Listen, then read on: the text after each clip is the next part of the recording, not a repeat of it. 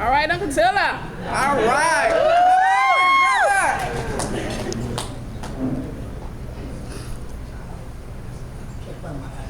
You need these?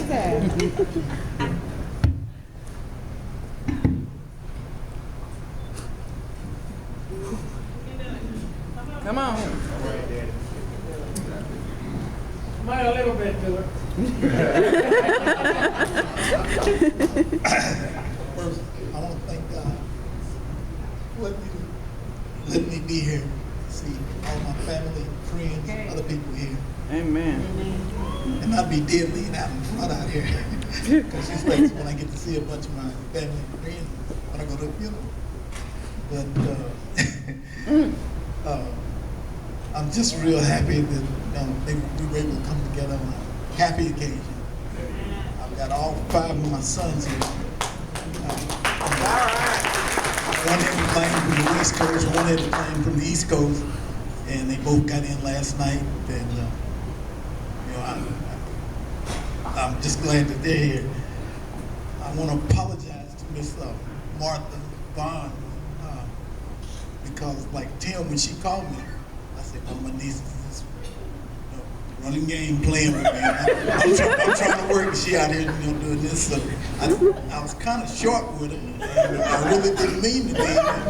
I just kind of blew off. I said, "Yeah." She said, "Well, I got some other numbers." I said, "Yeah, call one of them." And I got home and said, "What did you say to her?" I said, "Well, say to who? The lady called you about the time trump?" I said, "God." I said, "Well, I don't think I said anything bad." I said, when I'm driving, I put the phone up to here. I didn't let the windows up because the guy rides with me. If I got a business call come in, I let the windows up, cut the air off, cut the radio off until I'm through talking, and then I hang it up. But I never did turn the radio off, let the windows up. He said, "Well, I don't know. Somebody trying to sell me some magazines." My son got on the time I got home and said, "Well, that's something I got to do when I get there." But I want to thank all my family. Where's all my family and friends? Hold your hands, stand up. I got my church family here, my pastors here. I got my wife's family.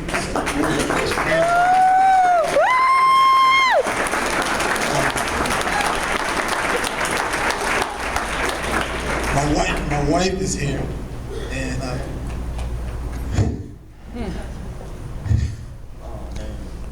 It's all right. It's all right. Take your time. Here we go. I didn't know that she'd be here with me. Come on. With me. Come on.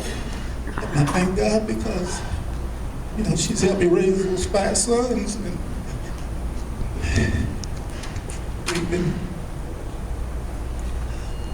we've been through it with the help of my family, my friends, my church.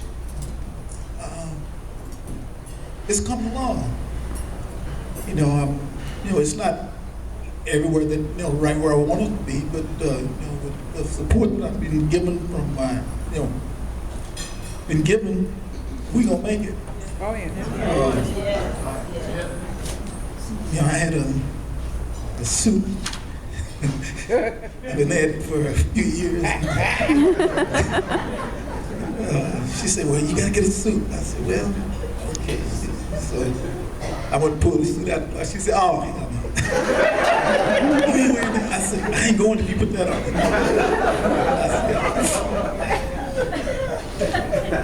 I said, "Okay, I'll go see Ralph." So I walked in and told Ralph. I said, "Come on, I got this, I got that." He hooked me up. I said, "You need some shoes?" I said, "No, Ralph, I got some shoes." He said, "What happened to this?" I said, "Well, it's a long story." And I told him about the fire at the house. And he said, "Man, I had no idea." I said, "Yeah, but," he said, "Well, how you coming?" I said, "Well, we got we maybe 75%, 80% back in there." I said, "But we got to a point where we kind of, had a stalemate." I said, "But all the people I've run across that have helped me with my house, they've really helped me." And then my son, I've been living with my youngest son since the fire. And my wife is saying, "He's gonna put us out. He's gonna put us out." I said, "Well, you need to clean up." But I just can't say enough about my son, my wife, my daughter-in-law, my grandchildren. I think I've got all of my 2 youngest grandkids are here. And there's one little one running around here. They wouldn't gonna let him come. I said, well, if he don't go, I don't go.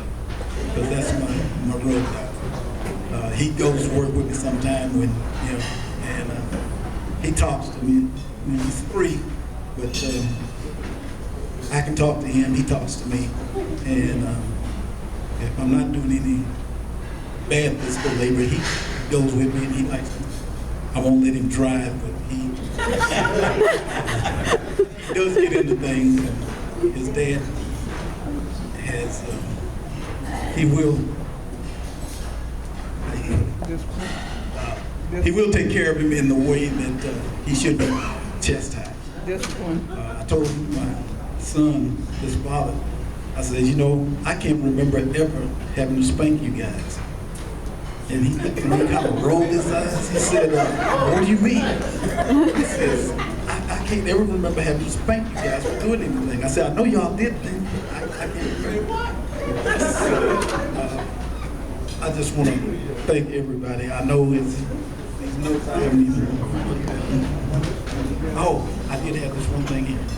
My dad, when he was living, used to have a poem that he would repeat at every graduation. And I'm going to read that, and then I'm going to sit down. If a task has once begun, never leave it until it's done.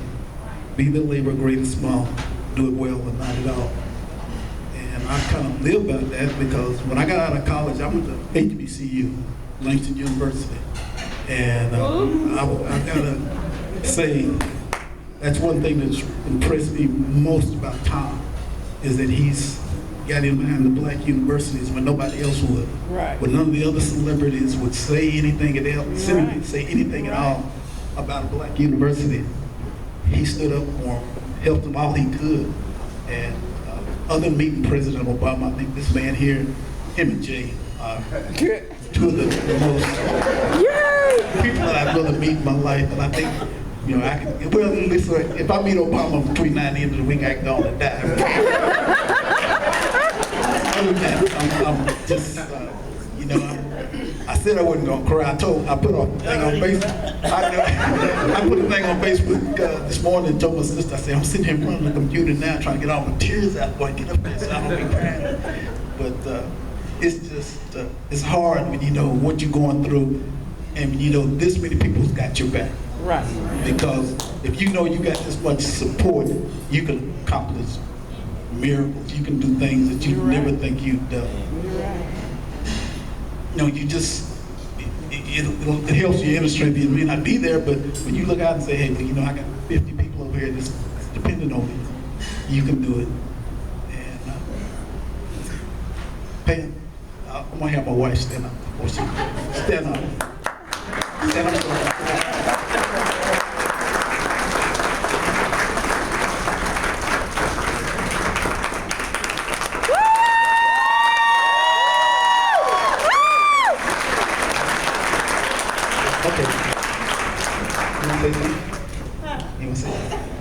We celebrated 40 years this year.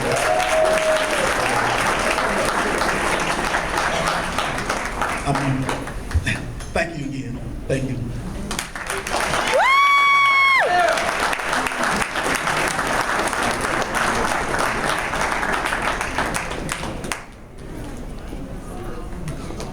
All right, our next honoree is